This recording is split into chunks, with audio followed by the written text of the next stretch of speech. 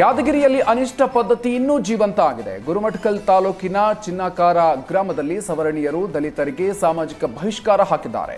ಚಿನ್ನಕಾರ ಗ್ರಾಮದ survey number 458ರಲ್ಲಿ 6 ಗುಂಟೆ ಜಮೀನಿನಲ್ಲಿ ಅಂಬೇಡ್ಕರ್ ಭವನ ನಿರ್ಮಾಣಕ್ಕೆ ಸಿದ್ಧರಾಗಿದ್ದಾರೆ. ಆದರೆ ಇದೇ ಜಾಗದಲ್ಲಿ ಗ್ರಾಮ ಪಂಚಾಯತ್ ಕಟ್ಟಡ ನಿರ್ಮಾಣಕ್ಕೆ ಸವರ್ಣೀಯ ಗ್ರಾಮ ಪಂಚಾಯತಿ ಸದಸ್ಯರು ಮುಂದಾಗಿದ್ರು. ಇದನ್ನು ಪ್ರಶ್ನಿಸಿದ್ದ ದಲಿತ ಮುಖಂಡರು ಪಂಚಾಯತ್ ಕಟ್ಟಡ ನಿರ್ಮಾಣ ತಡೆದಿದ್ದಾರೆ. ಆದ್ದರಿಂದ ದಲಿತರಿಗೆ ಗ್ರಾಮದಿಂದಲೇ ಸಾಮಾಜಿಕ ಬಹಿಷ್ಕಾರ ಹಾಕಲಾಗಿದೆ. ಸಾಮಾಜಿಕ ಬಹಿಷ್ಕಾರದ ಬಗ್ಗೆ ಡಿಸಿ ಎಸ್ಪಿಗೆ ದಲಿತ ಮುಖಂಡರು ದೂರನ್ನು ನೀಡಿದ್ದಾರೆ. ಜಾತಿನಿಂದನೇ ಶೋಷಣೆ ಮಾಡಿದವರ ವಿರುದ್ಧ ಕೇಸ್ ದಾಖಲಿಸುವಂತೆ ದೂರನ್ನು ಸಲ್ಲಿಸಿದ್ದಾರೆ. ಈ ಬಗ್ಗೆ ಕ್ರಮ ಕೈಗೊಳ್ಳುವುದಾಗಿ ಯಾದಗಿರಿ ಸಮಾಜ ಕಲ್ಯಾಣ ಇಲಾಖೆ ಡಿಡಿ ಚನ್ನಬಸಪ್ಪ ತಿಳಿಸಿದ್ದಾರೆ. ರಾಯಚೂರು ಜಿಲ್ಲೆ ದೇವದುರ್ಗ ತಾಲೂಕಿನ ಹೂವಿನ ಹೆಸಗಿ ಗ್ರಾಮಕ್ಕೆ ಮೂಲ ಸೌಲಭ್ಯ ಕಲ್ಪಿಸುವಂತೆ ಆಗ್ರಹಿಸಿ ತಾಲೂಕು ಪಂಚಾಯಿತಿ ಕಚೇರಿ ಮುಂದೆ ಗ್ರಾಮ ಪಂಚಾಯಿತಿ ಸದಸ್ಯರು ಪ್ರತಿಭಟನೆ ನಡೆಸಿದ್ದಾರೆ. ಗ್ರಾಮದಲ್ಲಿ ಸಿಸಿ ರಸ್ತೆಯೇ ಇಲ್ಲ, ಶುದ್ಧ ಕುಡಿಯುವ ನೀರಿಲ್ಲ, ನೀರಿನ ಘಟಕದ ಕಾಮಗಾರಿ ಅಪೂರ್ಣ ಆಗಿದೆ, ಪಿಡಿಒ ಕೇಳಿದ್ರೆ ಕೇರ್ ಮಾಡ್ತಿಲ್ಲ ಅಂತ ಆರೋಪಿಸಿ ಪ್ರತಿಭಟನೆ ನಡೆಸಿದ್ದಾರೆ.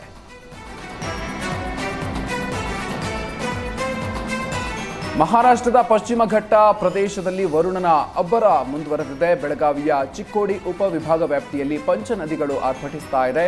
ದೂಧಗಂಗಾ ನದಿಯಿಂದ 12,000 ಕ್ಯೂಸೆಕ್ ನೀರು ಬರ್ತಾ ಇದೆ. ಕಲ್ಲೋಳ ಬ್ಯಾರೇಜ್ ಬಳಿ ಒಟ್ಟು 70,900 ಕ್ಯೂಸೆಕ್ ನೀರು ಹರಿದು ಬರ್ತಾ ಇದೆ. ಅಷ್ಟೇ ಪ್ರಮಾಣದ ನೀರನ್ನು ಹಿಪ್ಪರಗಿ ಬ್ಯಾರೇಜ್ನಿಂದ ಹೊರಹಾಕಲಾಗ್ತಾ ಇದೆ. ಆದ್ರಿಂದ ನದಿ ಪಾತ್ರದ ಜನರಿಗೆ ಎಚ್ಚರಿಕೆಯಿಂದ ಇರುವಂತೆ ಎಸಿ ಸೂಚನೆ ಕೊಟ್ಟಿದ್ದಾರೆ. ನದಿ ಪಾತ್ರದ ಜನರು ಪಿಡಿಒ ಮತ್ತು ಗ್ರಾಮ ಲೆಕ್ಕಾಧಿಕಾರಿಗಳಿಗೆ ಸಲಹೆ ಪಾಲನೆ ಮಾಡುವಂತೆ ಸೂಚಿಸಲಾಗಿದೆ. ಇನ್ನು ಬಟ್ಟೆ ಒಗೆಯಲು ಸ್ನಾನಕ್ಕೆ ಅಂತ ನದಿಗೆ ಯಾರು ಇಳಿಬಾರದು ಅಂತ ಸೂಚನೆಯನ್ನು ಕೊಡಲಾಗಿದೆ.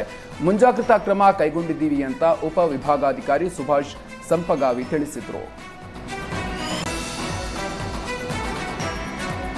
ಮಾವು ಬೆಳೆಗಾರರ ಸಮಸ್ಯೆ ಬಗೆಹರಿಸುವಂತೆ ಕೇಂದ್ರ ಕೃಷಿ ಸಚಿವರಿಗೆ ಎಚ್.ಡಿ. ಕುಮಾರಸ್ವಾಮಿ ಪತ್ರವನ್ನು ಬರೆದಿದ್ರು.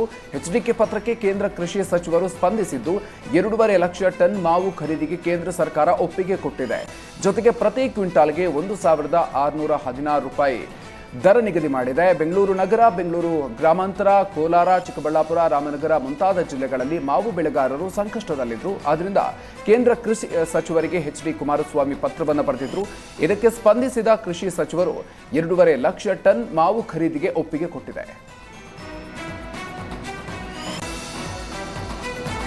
ಹಾವೇರಿಯಲ್ಲಿ ಬರ್ತ್ಡೇ ಬ್ಯಾನರ್ ತೆರವು ಗಲಾಟೆ ಪ್ರಕರಣ ಸಾವಿನಲ್ಲಿ ಅಂತ್ಯ ಕಂಡಿದೆ. ಬ್ಯಾನರ್ ತೆರವಿಗೆ ಮುಂದಾಗಿದ್ದ ನಗರಸಭೆ ಸಿಬ್ಬಂದಿಗೆ ಅಕ್ಷತಾ ಕೆಸಿ ಅನ್ನೋರು ಅವಾಚ್ಯ ಶಬ್ದಗಳಿಂದ ನಿಂದಿಸಿದ್ರು. ಇದರಿಂದ ನೊಂದಿದ್ದ ನಗರಸಭೆ ಸಿಬ್ಬಂದಿ ರಂಗಪ್ಪ ಹೆರಕಲ್ಲ ಜೂನ್ 19ರಂದು ವಿಷ ಸೇವಿಸಿ ಆತ್ಮಹತ್ಯೆಗೆ ಯತ್ನಿಸಿದ್ರಂತೆ. ಹುಬ್ಬಳ್ಳಿ ಕಿಮ್ಸ್ ಆಸ್ಪತ್ರೆಯಲ್ಲಿ ಚಿಕಿತ್ಸೆ ಪಡೆಯುತ್ತಾ ಇದ್ದಂತಹ ರಂಗಪ್ಪ ಇವತ್ತು ಸಾವನ್ನಪ್ಪಿದ್ದಾರೆ. ರಂಗಪ್ಪ ಕುಟುಂಬಸ್ಥರು ತಪ್ಪಿತಸ್ಥರ ವಿರುದ್ಧ ಕ್ರಮ ಕೈಗೊಳ್ಳುವಂತೆ ಆಗ್ರಹ ಮಾಡಿದ್ದಾರೆ. ಇನ್ನು ಪ್ರಕರಣಕ್ಕೆ ಸಂಬಂಧಿಸಿದ ಎಲ್ಲ ಆರೋಪಿಗಳನ್ನು ಗಡೀಪಾರು ಮಾಡುವಂತೆ ಪಟ್ಟು ಹಿಡಿದಿದ್ದಾರೆ. ಉಡುಪಿಯ ಪೆರಡೂರಿನ ಅನಂತ ಪದ್ಮನಾಭ ದೇವಾಲಯದಲ್ಲಿ ಪುರಾಣೋಕ್ತ ಕಥಾನಕದ ನಿರೂಪಣಾ ಶಿಲ್ಪಗಳಿರುವ ಅಪರೂಪದ ದೀಪವೊಂದು ಕಂಡುಬಂದಿದೆ. ದುಂಡನೆಯ ತಳವನ್ನು ಹೊಂದಿರುವ ದೀಪದ ಮೇಲ್ಭಾಗದಲ್ಲಿ ಕಮಾನಿನ ಆಕಾರದ ಅತ್ಯಂತ ಕಲಾತ್ಮಕವಾದ ಫಲಕ ಇದೆ. ಈ ಫಲಕದ ಎರಡೂ ಬದಿಗಳಲ್ಲಿ ಶೈವ ಮತ್ತು ವೈಷ್ಣವ ಪಂಥದ ಶಿಲ್ಪಗಳಿದ್ದು ದೇವಾಲಯದ ಶೈವ ಮತ್ತು ವೈಷ್ಣವ ಪರಂಪರೆಯ ಅಪರೂಪದ ಪ್ರತೀಕ ಆಗಿದೆ. ದೀಪದ ಮೊದಲ ಮುಖದ ಮಧ್ಯದಲ್ಲಿ ಕಾಲಪುರುಷನ ಮೇಲೆ ನಿಂತಿರುವ ನಟರಾಜನ ಶಿಲ್ಪ ಇದೆ. ಎಡ ಬಲದಲ್ಲಿ ನಗಾರಿಯನ್ನು ಬಾರಿಸುವ ಗಣಧಾರಿ ಹಾಗೂ ತಾಳವನ್ನ ನುಡಿಸ್ತಾ ಇರುವ ಭೃಂಗಿಯ ಶಿಲ್ಪಗಳಿವೆ. ಇನ್ನು ಭೃಂಗಿಯ ಬಲಭಾಗದಲ್ಲಿ ಖಡ್ಗ ರಾವಣ ಮತ್ತು ಕುಮಾರ ಶಿಲ್ಪಗಳಿವೆ. ಖಡ್ಗ ರಾವಣ ಅರೆಬೆತ್ತಲೆಯಾಗಿ ವಿಸ್ಮಯ ಮುದ್ರೆಯಲ್ಲಿ ನಿಂತಿರುವ ಮಾರಿಯ ಭುಜದ ಮೇಲೆ ಆಸೀನನಾಗಿದ್ದಾನೆ.